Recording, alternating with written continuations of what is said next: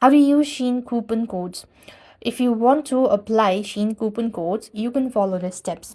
First of all, open your Shein app onto your device and log into your account. Then you can actually shop and add your desirable item to your shopping bag. So let's just say I'm gonna go ahead and add this to my cart, right? So I'm gonna add it, select it and I'm gonna go with the pink, and here you go. This is how you're going to add items to your cart. And at the top right, you have this cart section. You press that out and you click on to proceed checkout.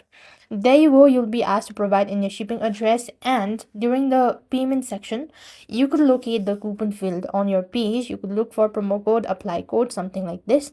Then enter manually, and you could also copy paste it if you had got it in your email, and that's how you're going to apply coupon code in Shein.